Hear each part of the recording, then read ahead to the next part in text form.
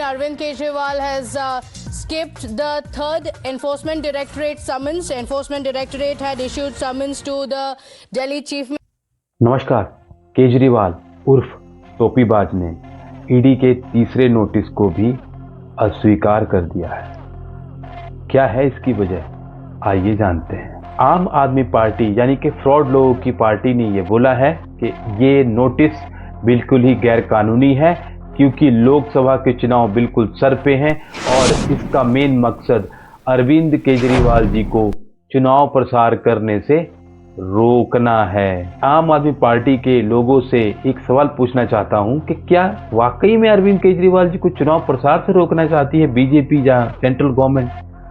वैसे भी केजरीवाल जी की हैसियत ही क्या है, सिर्फ दिल्ली में 1-2 सीटें हैं बस, और पंजाब में थोड़ा बहुत प्रभाव है जहां पे बीजेपी का वैसे भी कुछ ज्यादा इम्पैक्ट है नहीं। तो केजरीवाल जी को और कोई पूछता भी नहीं है, वो हर एक स्टेट में जा जाके अपना जमानत जब्त करवाते हैं बेचारे अपने कैंडिडेट्स की। मुझे तो यही तरस आता है कि जो आम आदमी पार्टी की तरफ से चुनाव लड़ते ही क्यों है भाई? तुम्हें पता है कि तुम्हारी जमानत तो जब्त होनी ही होनी है, क्योंकि आम आदमी पार्टी के फ्रॉडिया नेचर को सब समझ चुके हैं कि ये बहुत ही बड़ा टोपीबाज आदमी है केजरीवाल, और ऐसी टोपी पहनाता है भैया, वो टोपी का आप उतार ही नहीं सकते, क्योंकि इस टोपी में ऐसे ऐसे सपने दिखाएगा कि आपको लगेगा वाकई में क्या ईमानदार आदमी है, लेकिन ये ईमानदारी के रूप में बहुत बड़ा धोखेबाज आदमी है।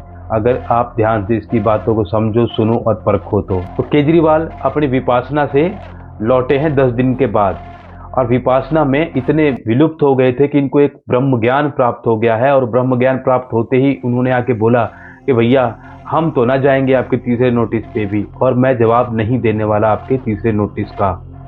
केजरीवाल जी चिट्ठी लिखी है ईडी को कि मुझे आप कृपया ये बताइए कि आपने मुझे किस गुनाह, किस आरोप के लिए बुलाया है, प्लस आप मुझे ये भी बताओ कि आप कौन कौन से सवाल पूछने वाले हो, यानी कि ईडी इनको व्हाट्सअप करे कि भैया ये मेरे सवाल हैं और आप व्हाट्सअप पे ही जवाब दे दो, हमारा प्यार का आदान प्रदान चल रहा है, व्हाट्सअप खेलेंगे। केजरीवाल जी को शायद ये एहसास ही नहीं हो रहा है कि कितनी सीरियस बात है कि ईडी आपको बार बार समन भेज रहा है और आप जा नहीं रहे हो, यानी कि ईडी के पास कुछ ना कुछ पुख्ता सबूत आपके खिलाफ है, और केजरीवाल जी आप भी डर रहे हो। केजरीवाल जी को बहुत ज़्यादा भयानक डर लगा हुआ है, क्योंकि इनको अगर कोई डर ना होता, ये साफ सुथरे होते, तो ईडी के सामने जाने में इनको कोई प्रॉब्लम होनी नहीं चाहिए थी। ये जाके खुलेआम बोलते कि बताओ भैया आपको पूछना है, क्या पूछना है पूछिए, मैं एक एक सवाल का जवाब आपको अच्छे से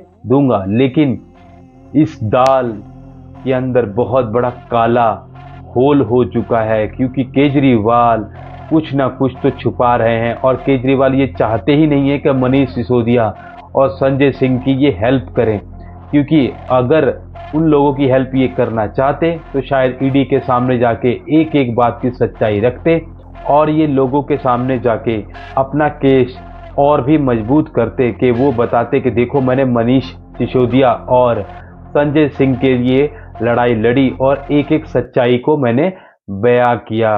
केजरीवाल जी ने 3 ईडी के समन्स को तो दरकिनार कर दिया है, लेकिन सूत्रों की माने तो ईडी भी बहुत ही कड़ी कार्रवाई करने के लिए कमर कस चुकी है।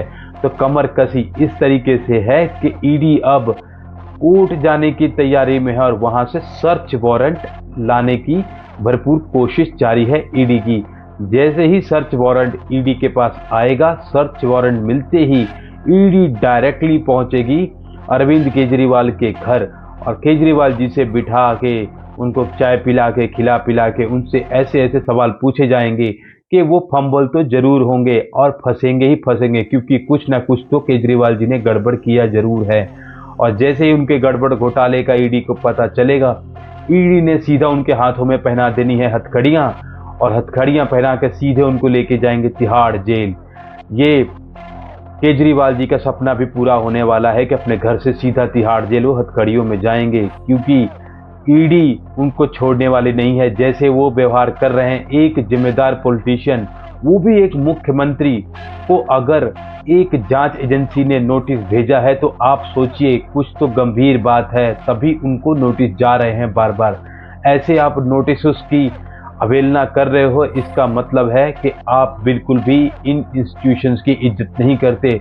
हो सकता है बीजेपी इन इंस्टीट्यूशंस का यूज कर रही हो, लेकिन अगर आप नापाक साफ हो, आपका कोई भी हाथ नहीं है किसी भी घोटाले गड़बड़ में, तो जाइए और अपने पक्ष को रखिए ईडी के सामने कि भैया पूछो, क्या पूछते हो, सब कुछ बताओ उनको और अपने फाइल को क्लियर करवा लो, अपना नाम एक बार क्लियर करवा लो, जिससे कि दुनिया के सामने आप बोल सको सर उठा के कि हाँ मैंने कुछ गलत नहीं किया और मेरी नीतियां बहुत ही सही हैं। तो केजरीवाल जी अपने इन चक्करों से, मुझे लग रहा है इनके जो सलाहकार हैं वो बहुत ही ज़्यादा काबिल लोग हैं। हो सकता है इनका सलाहकार प्रशांत भूषण भी हो, जो कि बहुत लंबी लंबी सलाह देते हैं लेकिन अपने कैंडिडेट को फंसाते हैं केसेस में। तो वही सीन मुझे लग रहा है अरविंद केजरीवाल जी के साथ। और केजरीवाल जी मुझे नहीं लगता बच पाएंगे इस ईडी के जाल में और ऐसे बुरी तरह फंस गए हैं। उनका सपना है लोकसभा चुनाव में चुनाव प्रसार करना, लेकिन हो सकता है लोकसभा चुनाव से जस्ट पहले ही ईडी उनको गिरफ्तार कर ले उनके घर पहुंच के और उनका नाम पूरी दुनिया के सामने उजागर कर दे कि एक्साइज पॉलिसी में उनका क्या योगदान था। उन्होंने मनीष सिसोदिया और संजय सिंह के साथ मिलकर कितने गड़बड़ घोटाले और पैसे का घोटाला किया। लेकिन देखते हैं ईडी क्या सबूत पेश करती है इसके बारे में।